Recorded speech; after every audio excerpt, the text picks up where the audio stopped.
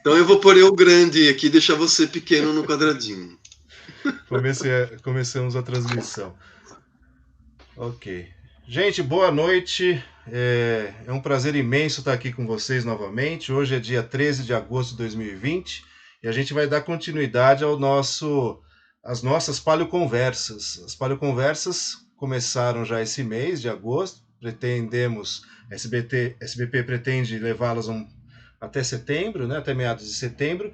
E a proposta nossa é conversar com paleontólogos, mas uma conversa mais informal, digamos assim. Vamos tentar trazer para vocês o lado mais humano da paleontologia, não só aquele nível mais científico profundo. Então, as nossas conversas vão ser totalmente informais, e se vocês quiserem participar da conversa, estão totalmente convidados. É só escreverem no chat aqui que a gente vai conversando junto, tá bom? Então, hoje eu tenho o imenso prazer de trazer para a nossa conversa o professor Luiz Anelli.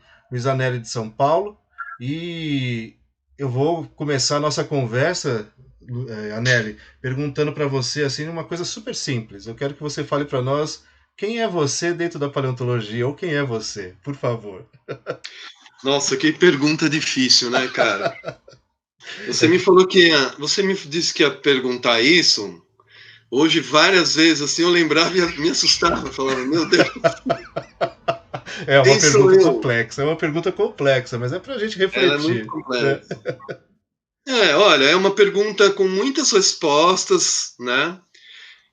São muitas, são muitos anos, né? Eu comecei a trabalhar com paleontologia em 1989. Então, já são 31 anos, né? 31 anos, é bastante. Passei por várias coisas, passei por uma geração de professores que se foram, quase todos morreram, Certo. e veio uma geração nova. Então, são muitas experiências legais, importantes, ruins, boas. Mas tem uma coisa que eu queria falar, do que eu me tornei, e você vai ver isso ao longo do tempo aqui que a gente for conversando, é que, basicamente, Renato, o que aconteceu comigo, Hum, porque eu sou uma coisa, eu sou um paleontólogo um pouco fora da curva, né? hum. Isso não é uma novidade para ninguém, mas o que determinou muito a minha carreira foi a demanda, cara. A A demanda? demanda, a demanda, Como a assim a demanda das demanda? coisas. Hum, Eu, eu, eu vou falar isso assim na minha carreira como professor, assim que eu entrei como professor na USP em 96. Depois haverá outra pergunta, eu falo como eu cheguei aí. certo. Mas o que aconteceu foi o seguinte: eu entrei como professor e a USP é uma maravilha, né? A gente tem muita liberdade, né? Até se você não quiser fazer nada, é capaz de você conseguir, Você né? tem essa liberdade, né? Uhum. Você tem essa liberdade. Então, eu fiz muitas experiências, né? Eu trabalhava com moluscos bivalves do Carbonífero. E aquilo era uma tradição na geologia por causa do Gondwana, Sim. que se estudava o Gondwana ali. Ninguém estudava dinossauro, ninguém estudava nada. Estudavam era o Paleozoico, né? A paleobotânica. Tinha o Murilo que trabalhava também com o Mesozoico, mas era um caso mais particular. A coisa ali era trabalhar com Gondwana. E eu fui trabalhar com bivalves do Carbonífero. Certo. E você sabe, né? Ser paleontólogo no Brasil já é uma coisa difícil, né? Você trabalhar com um grupo no estado de São Paulo, né? De bivalves do Paleozoico fica mais difícil, Com é certeza. também muito difícil, né? Por causa das condições dos mares que nós tivemos aqui durante o Permiano e no Brasil, Carbonífero, e glaciação, e depois deserto. Isso aqui é uma coisa, né? Mas havia uma demanda externa por fósseis, Hum, uma demanda por exposições certo. e uma demanda por livros. E eu comecei a atender essas demandas. E assim, a minha pesquisa, ela existia ali, eu fazia tudo bonitinho, tudo direitinho, era super bacana, meus trabalhos eram primores de trabalhos de paleontologia, na Paleontology, lembra? Lembro. Ninguém mais publica na Paleontology, né? Tem gente que publica, tem gente ainda que publica. Pois é, na Paleontology, nossa, aquilo era o máximo. Fui no congresso no Canadá e tal, com Newell, Sim, Norman lembro. Newell. Lembro, Conheci lembro. o Norman Newell, Silaker, nossa. Mas eu comecei a perceber que existia uma demanda muito forte por material didático. Uhum. E a oficina de réplicas nasceu aí, meu. Ela nasceu nesse momento. Eu vou falar um pouco mais para frente sobre ela, né? Eu acho que você vai me perguntar. Eu também montei exposições, né? E fiz exposições pequenas no IGC, e existia demanda, as pessoas iam lá, milhares de pessoas iam ver as exposições, né? E um pouco mais tarde, eu vou falar também depois, comecei a escrever. E isso era uma coisa que eu gostaria de falar para todos os paleontólogos, jovens paleontólogos. Para você, eu já falei. Eu comecei a escrever porque eu estudava e uma semana depois eu lembrava 10% de tudo que eu estudava. Falei, puta, não é possível, eu vou escrever. E escrevi, e comecei a escrever. Naquele ano eu escrevi 300 páginas do Word. Nossa, cara. É, e contando a história. E desses textos, uma editora fez esse livro aqui, ó. Desses primeiros escritos que você fez, assim? É, É mesmo? fez esse livro, Evolução dos Bichos. Que É um máximo. livrinho super singelo, Sim. infantil, que foi traduzido por espanhol para o México. E traz uma coisa que eu não vi em nenhum livro até hoje, Guilherme, que é isso aqui, ó. Ah, sim, a árvore da vida, claro. Uhum. Olha que legal. Muito bom, muito bom. Isso aqui é excelente, né? Não se aprende paleontologia sem a árvore. Não Sim, se com aprende, certeza, com certeza. vira uma bagunça na cabeça de todo mundo. Então eu acabei, assim, Guilherme, atendendo a demanda e acabei me indo para outras áreas, além dos bivalves que não me fascinavam. Isso é uma coisa interessante, né, Anélio? Porque a demanda acho que sempre existiu, né? E não tinha ninguém para supri-la. E acho que você captou essa necessidade e você entrou nesse filão de uma maneira muito interessante.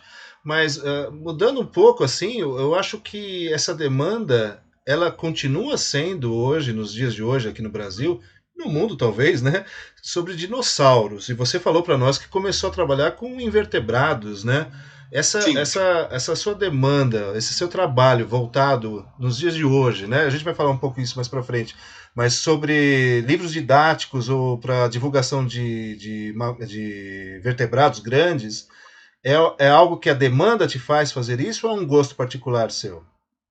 Não, não, são as duas coisas. Hoje são as duas coisas. E eu vou só complementar a primeira Sim, claro, pergunta, claro, que é o seguinte: o fascínio, a gente precisa ser fascinado, certo? claro. Assim como a gente precisa viver apaixonado, a gente também precisa de fascinação pelo nosso trabalho, né? Sim. E, putz, eu não achava, os dinossauros me ajudaram a descobrir o fascínio pela paleontologia. E foi a partir daí que eu comecei a migrar para outros momentos, para outros assuntos. E esses assuntos me fascinaram, e aí isso me levou para longe mesmo daquele mundo dos moluscos, né? Daqueles mares Epicontinentais. aqueles mares paleozoicos que ninguém quer saber deles, né, cara? Não fale assim, eles são Hoje, bonitinhos, eles são bonitos. Não, eu hoje, entendo. Guilherme, Uhum. hoje existem assim dezenas de paleontólogos. Está publicado no Advances in Molecular Biology. Existem dezenas de paleontólogos, geofísicos, geoquímicos, geólogos, que dizem o seguinte: é impossível que a vida tenha se originado na Terra. Certo? Outra coisa, né? Já descobriram mais de 300 moléculas orgânicas de origem de origem não biológica ou biológica, não se sabe, no espaço. E há um pouco tempo atrás descobriram pela primeira vez, identificaram álcool etílico. Sim. Álcool etílico, né? Esse álcool resultado da fermentação e que tem no vinho e nessas outras bebidas aí. E isso é coisa orgânica. Se tem no espaço, tem gente fermentando lá, ou não, né? Cara, o cometa Lovejoy, ele expele dos geysers dele, ele expele o equivalente a 500 garrafas de álcool etílico, 500 garrafas de vinho de álcool etílico por segundo. Por segundo? Eu acho que o pessoal no espaço ia gostar, hein? É um alambique. Então, os dinossauros me tiraram daquele mar paleozoico e me levaram para um outro mundo, para eu explorar a paleontologia. E aí eu fui de cabeça para essa minhas atividades que você sabe que hoje eu tenho. Sim, né? com certeza. E isso foi... A USP me permitiu isso. Sim. E a USP colheu os frutos disso também, certo? Com certeza. A USP colheu os seus frutos. Eu ouso dizer, né, até um pouco de ousadia da minha parte, este livro, Ghilardi. Sim, conheço. Este livro, na minha opinião, só a minha, é o livro sobre a pré-história do Brasil que nós temos no Brasil. Sim, sim. Certo? A gente tem um livro maravilhoso sobre a megafauna. Sim. A gente tem um livro maravilhoso sobre o Triássico da América do Sul, o Triássico do Rio Grande do Sul. E temos esses pontos. Mas um livro... Né? Um livro geral como esse. Com teor popular, com 80 ilustrações de paisagens brasileiras. E, para mim, esse é o único livro. Sim, mas de fato é mesmo. Assim, como você disse, existem muitas coisas pontuais, mas algo assim de, né, mais geral, falando para o público mesmo, eu só conheço os teus mesmo, né? Eu acho incrível isso, cara. Eu acho incrível porque existe uma demanda muito grande para isso, né? Mas eu conheço as dificuldades das editoras, não é fácil. Você escrever um livro, você trabalha muito sobre ele, mas depois você tem que trabalhar por ele também, para que ele vá para as pessoas. Sim. Né? E nos dias de hoje, né, onde a gente está aumentando taxas de livro, nada fica fácil, né? Mas, Anelli, mudando assim radicalmente o assunto, só para a gente chegar novamente a esse ponto que eu acho que é o ponto fulcro, né, da nossa conversa. Você fez biologia, né? As pessoas sabem disso, né? Eu acho que muita gente tem essa curiosidade de saber se já na sua graduação você já tinha essa ideia de trabalhar não apenas com paleontologia, mas com esse lado mais de passar para as pessoas informações, né? Esse lado quase educacional, digamos assim, né? Qual que era a sua ideia naquela época da tua vida? Você tinha alguma noção disso já? Olha, o meu interesse por ciências naturais começou na década de 70. Né? Eu era um moleque e a minha cidade era cercada pelo cerrado. Acendia as luzes, lâmpadas das avenidas, da Avenida São Carlos. Na cidade de São Carlos, São Paulo, né? Uhum. Era aquele enxame de besouros, carabiídeos e mariposas que vinham para dentro da cidade, né? E naquela época eu cheguei a ter. Eu pegava aquelas caixas de camisa, lembra? Quando vendia Sim, camisa dentro sim, de caixa? sim, sim. Conversa de gente velha, né? Você abria a caixa, tinha uma camisa dobrada. Sim, uma camisa dobrada com os negócios de, né, pra segurar a gola e tal, né? Eu sei como é que Isso, é. como caixa de sapatos, aquela caixa de camisa.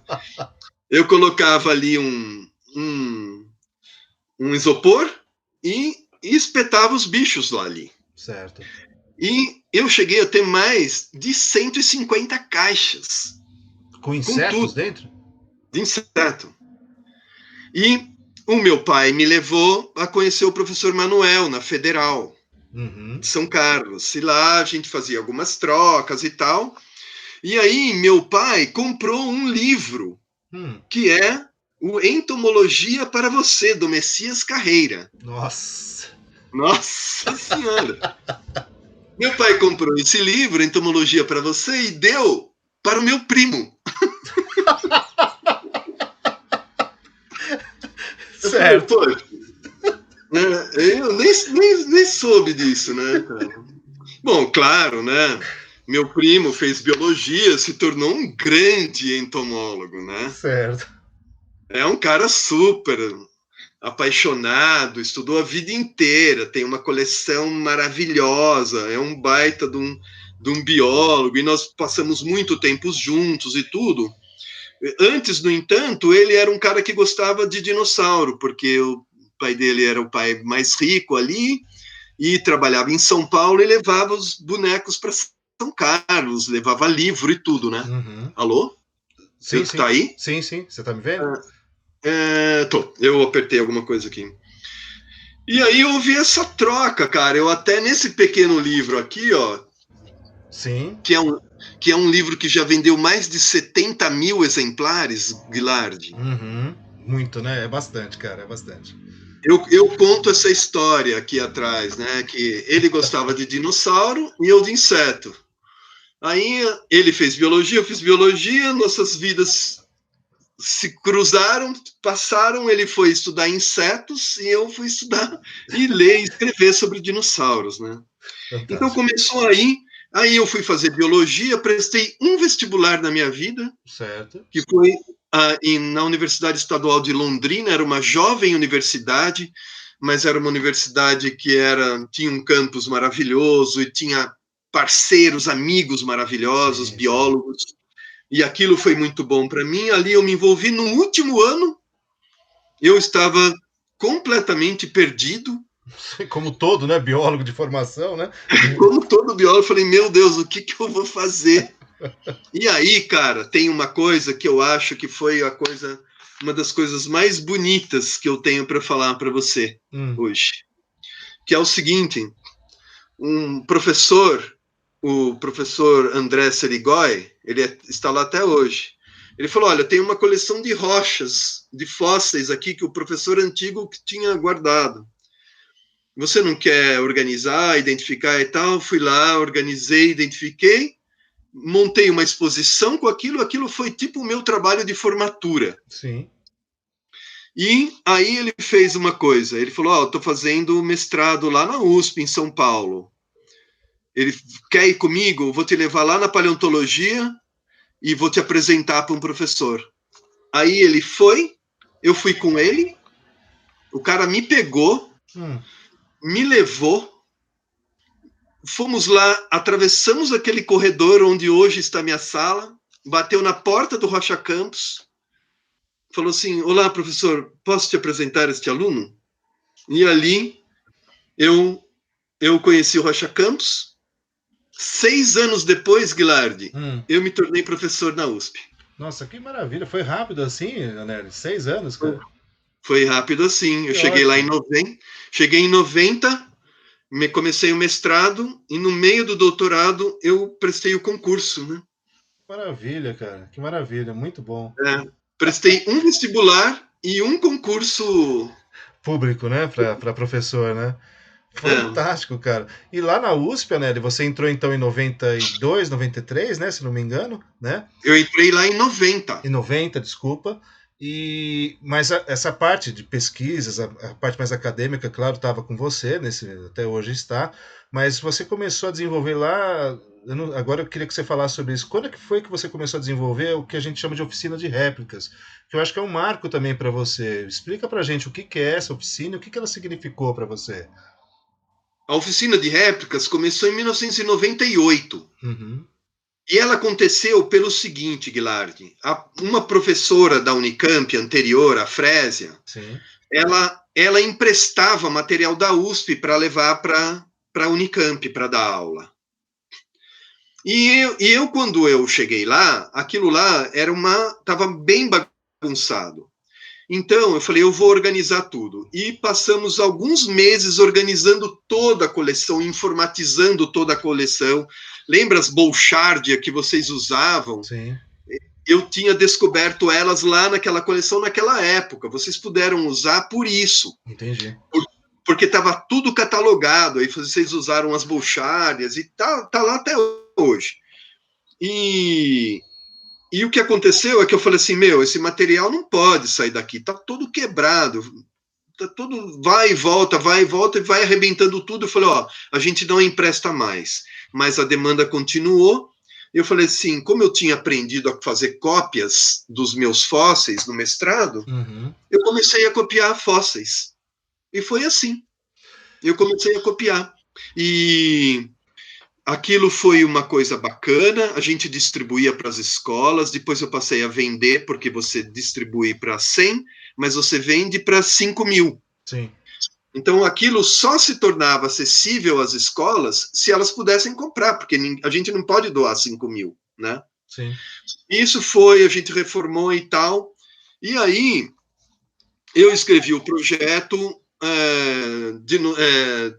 não me lembro o nome, mas é o projeto que trouxe aquele alossauro lá, que está Sim, na sim. foi um alossauro para lá, um para a Estação Ciência e um para Taubaté. Uhum. E a gente ganhou, o dólar era 1 para 1, a Fundação VIT deu US$ 100.000 para nós. Nossa. E foi aí, pela oficina, por quê? Por causa da aparência da oficina. Sim. A gente conseguiu esse projeto. Então, nós compramos os armários, nós demos um input ali de grana com silicone, com moldes, com coisas, etc, etc. Reformamos um lugar e a oficina então ganhou um status de laboratório ali dentro. E veio esse dinossauro, né? Foi o primeiro dinossauro na cidade de São Paulo, Foi mesmo. aquele alossauro ali. Uhum. Assim, aquilo lá já foi visitado por 300.000 crianças já, né? A maioria delas foi a primeira vez que viu um dinossauro na vida. Sim. E aí, essas coisas foram se ampliando, né? Sim. Eu contratava paleoartista, a Alcina, que é uma ótima paleoartista, e fizemos o primeiro crânio, que é esse aqui, ó. Uhum. É o Herrerasauro. Sim. Ele é ótimo. Não, é Isso aqui, fantástico. os alunos na USP, cada grupo tem um crânio de dinossauro ali na sua bancada. E dá para trabalhar tranquilamente, né, cara? Sem problema. E dá, porque a gente reforça suturas, dá para identificar todos os ossos, o quadrado, o surangular, tudo aqui, o dentário, o pré-dentário, quando tem, etc. Não. E foi uma coleção. Hoje nós temos 12 crânios de dinossauros, olha o Stauricossauro Olha que também, legal, cara. que bonitinho. E temos até o Acantostega, né, cara? Fantástico, cara. Olha, maravilhoso. Pô, você tem todos os ossos aqui no crânio, Sim, para fazer os um estudo de dedos, anatomia, perfeito, perfeito. as vértebras. Você pode Uhum. estudar esse cara aqui, meu, e Uhum. publicar um artigo científico. Se brincar, pode mesmo. Não, mas E assim fizemos isso e tantas outras coisas ali na oficina, coleções de minerais, coleção. Nós já vendemos e comercializamos e doamos mais de 70.000 réplicas. caramba. É, É bastante. Não, eu conheço todas as pessoas que eu conheço que usam o seu material, eles adoram o seu material, porque realmente dá para trabalhar bem com eles. E é bastante gente, viu, Anel, que pede para você sabe disso, Ah, né? que legal, Isso é ótimo. que legal. E essa oficina, né, ela foi crescendo, né? Você, óbvio, foi pegando moldes em outros lugares para aumentar o plantel de réplicas suas, né? E Sim, essa oficina, ela te ajudou nesse momento, porque eu lembro da Oca, né, que foi um momento mágico, assim, de montagem, foi. né, sua, né? Na Estação Ciência também, se não me engano, você fez alguma demonstração lá, né? Uma Uma exposição, exposição. uma exposição. Isso começou a alavancar a parte de divulgação para você ou você acha que não tem relação? Ah, não, isso começou totalmente. Todas as portas, o grande portal foi a oficina de réplicas. Fantástico. Ela teve épocas, cara. Acredite, a oficina de réplicas ia para o jornal da USP todo mês. Todo Saía mês mesmo, é mesmo. tinha. Então eu comecei a virar uma celebridade, né? Não deixa de ser, porque começa a aparecer, né, com frequência. Isso, mas, E olha só, é, e, mas a história da Oca, ela veio de uma outra forma. Se você quiser, eu conto para você como claro, foi. claro, por favor.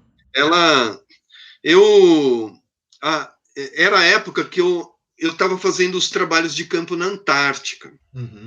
E a oficina estava lá. Bom, o que acontece é que o Edmar, o dono do Banco Santos, que fazia as grandes exposições na Oca, Sei. ele, ele também tinha uma grande coleção de fósseis, que eu não sei onde está. Mas nacional? Fósseis nacionais? Não, tinha coisas nacionais, mas assim, 98% era coisas de fora, do exterior, assim, coisas enormes, lindas, maravilhosas.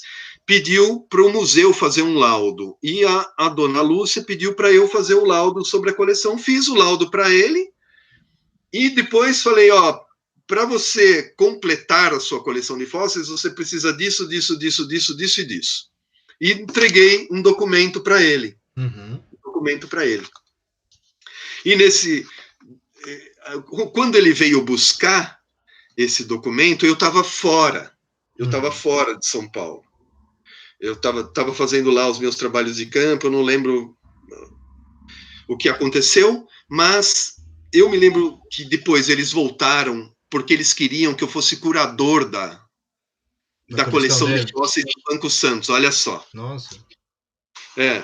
E aí, eu, eu, eu, aquilo não foi para frente porque depois deu todos aqueles problemas com ele lá e tudo.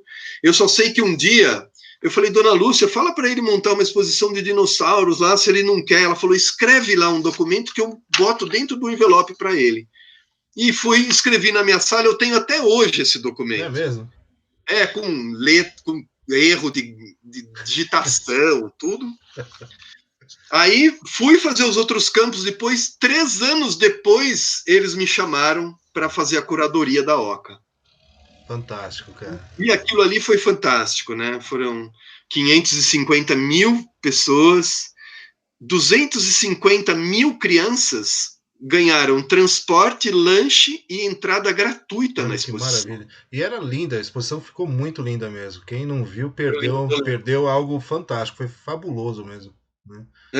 eu tenho colega que foi e não tem mais as fotos, né? Perdeu as fotos? Perdeu as fotos, imagina só. Pessoas que eu conheci depois Sim, da Oca, sim. né?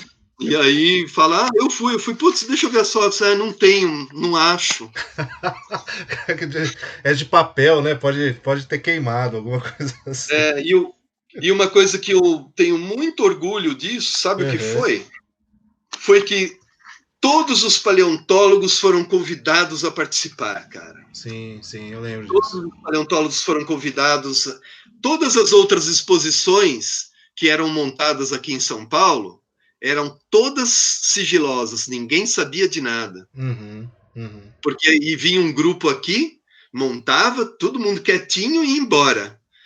Eu falei, putz, isso aqui é uma celebração da, da paleontologia brasileira, né? Então, convidei todo mundo para escrever os catálogos, inclusive, então todo mundo está registrado nessa exposição. Ela foi realmente um esplendor para a paleontologia brasileira, Foi, com viu? certeza foi. Faz quanto tempo, Anelli?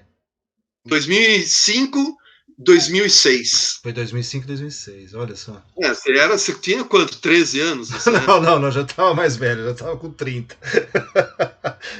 Mas legal. Anelli, bem, sua contribuição para essa parte também de divulgação, né, de montagem, de curadoria é espetacular. Mas hoje, né, você está com um plantel de trabalhos muito interessante, né? Quantos são os seus livros agora? Me fala um pouco sobre eles. Qual que é a quantidade de volumes que você escreveu, vendeu? Você tem ideia disso? Eu tenho, mas deixa eu só falar uma outra coisinha. Claro, claro, fica à vontade. É o seguinte, depois da OCA, me convidaram. A OCA é um prédio do Niemeyer, Sim, certo? E o Niemeyer ganhou aquele Nobel da Arquitetura, né? sim, sim. Como é que é o nome daquele Eu não prêmio? vou saber o nome, mas é um prêmio importante para os arquitetos, eu sei disso. E logo em seguida, um ano depois, 6 meses depois, me chamaram para fazer a curadoria de uma exposição num prédio do Paulo Mendes da Rocha, que também é um cara que ganhou esse prêmio. Eu trabalhei, eu chamei o Ariel e a Bia para montarem uma coleção de dinossauros. Uhum. E está lá o Stauricossauro, o Brasilodon, todo montado, é uma exposição permanente até hoje. Foram 2 milhões de pessoas já visitaram aquela exposição. E eu me lembro que eu falei para eles: olha, vocês vão cobrar entrada, né, para quem não é da cidade, porque a Secretaria da Educação que bancou aquilo. Então vocês têm que colocar uma coisa interessante aí. Ou vocês colocam o carro do Schumacher do ano passado e diz que as pessoas podem entrar e tirar fotografia, ou vocês compram um esqueleto de Tyrannosaurus Rex. Certo. O cara saiu da minha sala, foi para Santo André, conversou com a secretária da Educação, pegou o telefone e ligou para mim e falou assim: Anelli, pode comprar o T-Rex. Sério mesmo? Foi assim, cara? Nossa. Foi assim, cara. Comprei, custou $100 mil. Só que os caras, é o Stan, é o terceiro T-Rex mais completo que existe, né? É o Stan, não, é o Pex Rex. E ele está lá. É o único T-Rex na América do Sul. É um legado, Sim, cara. com certeza, com certeza. É um legado. E, e, as, e, as, e na empresa que estava vendendo isso nos Estados Unidos, eu deixei claro para eles, falei assim, olha, aí está dizendo que a montagem é gratuita, né? O transporte e a montagem é gratuita, porque eles imaginavam a venda lá dentro dos Estados Unidos, né? Uhum. Então os caras bancaram o A vinda para transporte cá de graça. e a montagem aqui no Brasil. Nossa, fantástico. Bom, aí depois disso eu fiz um outro trabalho que ainda não ficou pronto e não sei se vai ficar, que é para o Aquário do Pantanal. Uhum, uhum. Fiz a curadoria de toda a parte evolutiva lá. E aquilo lá é um prédio do Rui Otaki. Certo. Ele ganhou também o prêmio? A Lorraine aqui lembrou o nome do prêmio. É Prêmio Pritzker. Agora tá certo. Pritzker. Eu acho que o Rui Otaki ainda não ganhou.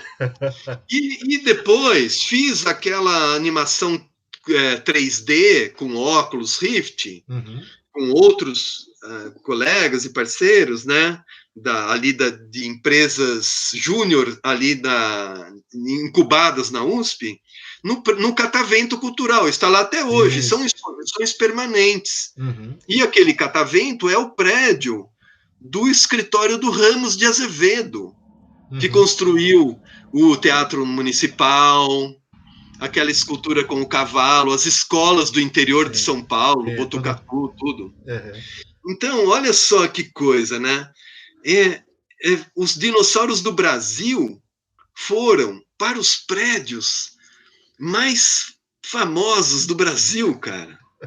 Pelo menos construídos por pessoas muito famosas, né? Isso é muito interessante, né, É, cara? Muito interessante. prédios muito interessantes. E é tão legal, né, ter levado isso lá para dentro, né, de todos esses lugares como exposições permanentes, né? Fantástico. Bom, aí você me perguntou sobre os livros, né?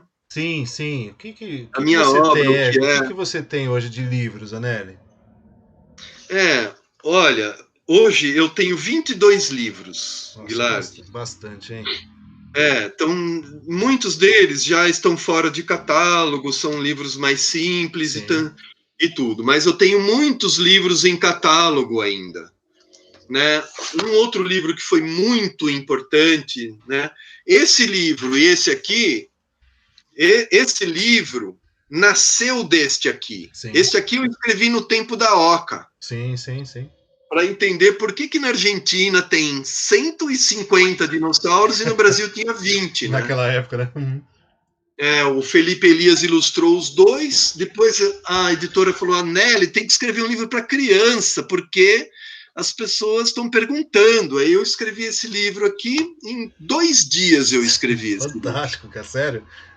Sério, em 2 dias. Esses 2 livros foram indicados ao Prêmio Jabuti naquela Uhum, época. uhum. Aí eu falei assim: poxa, meu, eu devo fazer alguma coisa direito, né? Olha, só E a esse, indicação já é algo muito importante, né? Com pois é, certeza. e esse livro ganhou o prêmio de melhor livro do ano pela Fundação Nacional do Livro Infanto Juvenil. São livros que Nossa, já venderam 70 mil cópias também, né? Então fiz esse, depois fiz esse que você conhece, sim, que é conheço. foi o segundo para adulto. Sim. Depois desse eu fiz esse. Aí foi indicado ao Jabuti também. Uhum. Nossa, todos foram, né? Foi. Quase, né, Lélio? Fantástico. Aí fiz outros livros, esse que é um livro muito, muito legal, que eu comecei a escrever com a Celina, a Sim. gente passou a escrever livros juntos, é o Almanaque dos Dinossauros, onde tem muitas modernidades e experimentos. Olha só as árvores, tá vendo? Sim. Isso é uma coisa que os livros tradicionais de paleontologia infantil para criança não trazem as árvores. Sim. Olha que legal. Então, isso aqui é muito importante, né? Uhum. São livros muito legais. E aí, já escrevi até livros sobre o espaço, né? Que Sim. é, que é um livro super legal, diversos, né? Até de culinária Assim, você escreveu, não é, Anelli? porra, até livro de culinária, meu, nem brinca. Isso aqui é Não, sensacional. é fantástico. Esse livro é fantástico. Olha, você tira a criança da frente da TV ou do videogame, coloca ela com a mãe dela, com o pai, na frente de um fogão e aprende noções básicas de culinária, né? Para fazer, são 12 receitas para a escola fazer uma a cada mês. Aí você faz coisas do tipo, olha isso aqui, Guilherme. Não sei se você conhece, né? Eu Esse conheço o livro livro. Qual receita você está falando? de ovos petrificados. Bom, ovos petrificados é super legal. Mas eu acabo nunca achando aqui, não sei onde está. Deixa eu ver aqui, peraí. Panquecas jurássica, tem cocô vegetariano, cocô de Fantástico. dinossauro herbívoro Eu com sou- restos de sementes, cocôs de carnívoro, bom cocô carnívoro, Que criança adora, né? bolo, Com certeza, né? bolo vulcão, todo mundo, molecada faz, né? Dino patê e ovos petrificados, olha. Isso, fantástico. Olha o ovo como fica. Uhum. Agora, olha o ovo depois, cara. O original, é igualzinho. Pois é, pois é. E Fantástico. aqui, e aqui tem um texto, né, Guilherme? Uhum. Por que que o argentinossauro não colocava um ovo do tamanho de uma bola de basquete, não do tamanho de um fusca, né? Cara, eu falo nesse texto aqui, eu peguei o argentinossauro e o ovo dele Uhum. e diminuí ele para o tamanho de uma galinha. Com Certo. o ovo. Cara, o ovo dele é microscópico. Se fosse o tamanho de uma galinha. É? Nossa, cara. Olha, acho que não tem A muita galinha, proporção. Fantástico, né? a galinha o pintinho nasce 20 vezes menor que a galinha. Sim. Um filhote de argentinossauro nasce 50.000 vezes menor que ele. Olha, cara, que doideira. Não é muito louco Nossa, isso? Anelli, estamos chegando já para o final da entrevista. Tá. Eu queria só ver com você e que você falasse para nós do seu livro do Prêmio Jabuti, né? Que eu acho que esse sim também, né? Claro, como os outros, é muito importante, né? Não Não, só para você, mas para paleontologia também, né? foi esse livro aqui, né? Sim. Ele está esgotado. Ele está esgotado, mas é um livro lindo, foi ilustrado pelo Rodolfo Nogueira. Isso é uma Sim. coisa que eu queria falar. Além dessas coisas que eu fiz, Guilardi, Uhum. olha, eu dei muito trabalho para paleoartista brasileiro. É verdade, isso é verdade. Vários, Muitos vários paleoartistas, trabalharam com você, né? vários paleoartistas trabalharam, receberam por isso e ganharam por isso e ficaram conhecidos pelos livros também. Com certeza. E isso aqui foi um clímax, né, da paleontologia brasileira. Eu deixei muito claro nesse esse livro, isso está escrito aqui, que esse livro foi dedicado à nova geração de paleontólogos brasileiros, né, que permitiram que ele Sim. acontecesse, né? Isso foi muito importante. E olha, Guilherme, escrever livros é muito bom. As editoras com que eu trabalhei me deram muita liberdade. Sim. Então eu quis falar da árvore e falei com textos com um certo grau de lirismo, Sim. sabe? Sim. A gente tem que deixar de ser técnico. Isso era uma outra coisa que eu queria te falar, sabe? Esse trabalho que eu fiz de divulgação e difusão científica, como o professor Esmar acha que eu devo dizer, que é Difusão. difusão. Sabe o que eu fiz?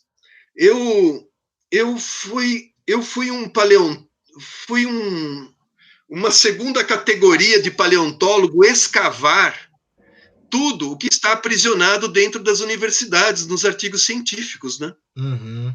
Uhum. Por quê? Porque a gente tira da rocha e coloca ele dentro da PLOS ONE, a revista Sim. Historical Biology, em inglês, com o jargão. Aquilo lá é como os católicos rezavam missa em latim para as pessoas, cara. Não tem aquela comunicação com o povo, né, cara? Não, Né? tudo isso precisou ser traduzido para cá. Sim, sim. E foi isso que eu aprendi a fazer. Agora, esse livro Dinos do Brasil, agora vai sair o segundo volume dele. É mesmo? Os novos dinos do Brasil, com toda aquela turma nova do Triássico, os bichos novos do estado de São Que Paulo, Minas legal, cara. Gerais, Que legal. Maranhão. Um livro E lindo, vai se chamar Os Novos Dinos do Brasil. esse é a sua próxima atração, digamos assim, ou tem mais alguma coisa na cabeça que você vai fazer, cara? Não, tem mais também. Ele tem o Yandumirim e o Thanos na capa. Sim, sim, sim. E ele vai sair logo. Não, nós temos outros livros. Eu e a Celina, nós nos aventuramos numa ficção, mas uma ficção verdadeira, para É. falar de uma descoberta de um dinossauro no Rio Grande do Sul. Então nós colocamos várias pessoas, vários personagens Que reais, os fósseis legal. reais e tudo, É um romance, então. contando uma história. É uma história que narra todo o trabalho de um paleontólogo. Só que quando eles chegam no sítio, né? Porque você sabe, né? As rochas sempre afloram na propriedade de alguém, né? Com certeza. É alguém que tem arma, né? É, e um cachorro. Com certeza. E quando você chega lá, e quando eles chegam lá, tem duas crianças que estão passando as férias no sítio do avô e elas entram na história, né? Ah, que máximo, cara. E aí eles descobrem um dinossauro triássico e tem toda uma coisa linda lá. É um livro da WMF. Fantástico. Esse ano que vai sair, 2021, eu falo? Olha, ninguém sabe. Isso é uma coisa que ninguém sabe Não tem responder. previsões, né, para isso, né, Mas infelizmente. Né? ele está sendo ilustrado. Que legal. Esse, o novo Dinos já está pronto. Esse aqui Uhum. já está pronto. Ele vai sair logo. E quem que ilustrou, Nelly? O Júlio Lacerda. Que legal, que legal. Não, Lindo. você falou uma coisa impressionante mesmo. Realmente você trabalha com vários paleoartistas, né? Bem legal isso aí, né, cara? Bem. Trabalhei também com a Camila Ali, que é uma jovem ótima, faz trabalhos lindos. Ela fez toda a paleontologia, é, toda a paleontologia brasileira para colorir. Sim. Então tem até a monoide aqui, cara. Fantástico. Tem os bichos do Devoniano. Esses são legais, hein? Não, isso aqui tem o Tiara Judens, ó. Olha só. É um livro para colorir, muito legal. Muito bom, muito bom. Aneli, a gente infelizmente tem que terminar. Tá Eu bom, queria agradecer muito você e para obrigado. Eu terminar queria. mesmo, cara, eu não sei se você quiser falar alguma coisa que a gente não conversou, mas eu queria que você, eu sei que não se pede isso, mas que desse conselho para alguma criança que está vendo você e quer trabalhar com paleontologia. Se você pudesse dar esse pequeno conselho. Olha, eu tenho um conselho ótimo para dar para os pais dos filhos que querem ser paleontólogos e tudo Legal. mais. Que é o seguinte, né? Olha, todo mundo precisa trabalhar, ganhar dinheiro e isso e aquilo. Todo mundo, né? Meus filhos não foram ser paleontólogo, né? Isso, existem ondas de oportunidades de trabalho, né? Mas olha, você não leva o seu filho no restaurante bacana, onde tem uma comida super legal, Com para certeza. ele virar chefe de cozinha, né? Sim, com certeza. Uhum. E a gente também não vai no cinema porque você quer que seu filho seja cineasta, né? Olha, a paleontologia, ela é uma oportunidade de aproximar a criança de uma cultura e entretenimento super legal, muito rico, aproxima da ciência, é uma coisa extraordinária, todo mundo gosta e é super legal. Então, a gente pode, os pais podem incentivar os filhos e as crianças, elas podem ser paleontólogos a vida inteira delas. Olha, Hilário, a última coisa. Esses livros aqui são lidos por crianças nos Estados Unidos. Que legal. São escolas bilíngues que dão aulas em português também, a parte de ciências. E eu e a Celina já fomos lá 2 vezes visitar todas as escolas. As crianças aprendem a geologia do estado de Utah na 4ª série. Eu rio porque é desesperador, né? Mas olha que coisa, Eles, né?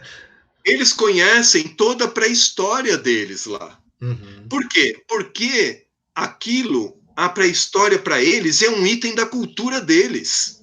Sim. É como o futebol, a música, a pintura, a literatura tem a pré-história. Eles dão valor para isso, e é isso que nós precisamos aprender a fazer. Sim. Colocar a nossa própria pré-história nas escolas. Sim, falta isso, né? Falta muito isso, né?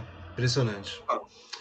Aneli, são pessoas como você que vão ajudar a gente a fazer isso, eu tenho certeza. O seu exemplo é, assim, no meu ponto de vista, né? Eu tenho certeza que para outras pessoas também, é um exemplo a ser seguido, porque é um trabalho primoroso teu. E eu já falei isso para você e falo aqui novamente, quando eu penso em divulgação científica ou difusão, como o Ismar gostou de falar para você, a primeira pessoa que me vem à cabeça é você, porque você faz muito bem feito isso. Parabéns. E, Aguilar, uhum. para todos os jovens e professores, escrevam as suas aulas. Quando terminarem os textos, transformem aquilo numa apostila. Pronto, você tem o boneco do seu primeiro livro. Fantástico. Legal. Gente, eu agradeço de novo ao professor Anelli pela presença, pelo tempo dado a nós aqui. Essa palestra vai ficar disponível no YouTube para quem quiser ver mais para frente, quem não teve oportunidade hoje de ver.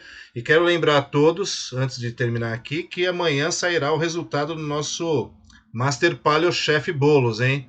Aguardem, teremos surpresas agradáveis. Foram bolos belíssimos. O professor Anelli foi um dos jurados. Ele já sabe os bolos quais são, mas não sabe ainda quem venceu. Amanhã sairá o resultado. Aguardem. Anelli, mais uma vez, muito obrigado e boa noite a todos Valeu, vocês. Guilherme. Um abraço, cara. Até Abraço, até mais. mais.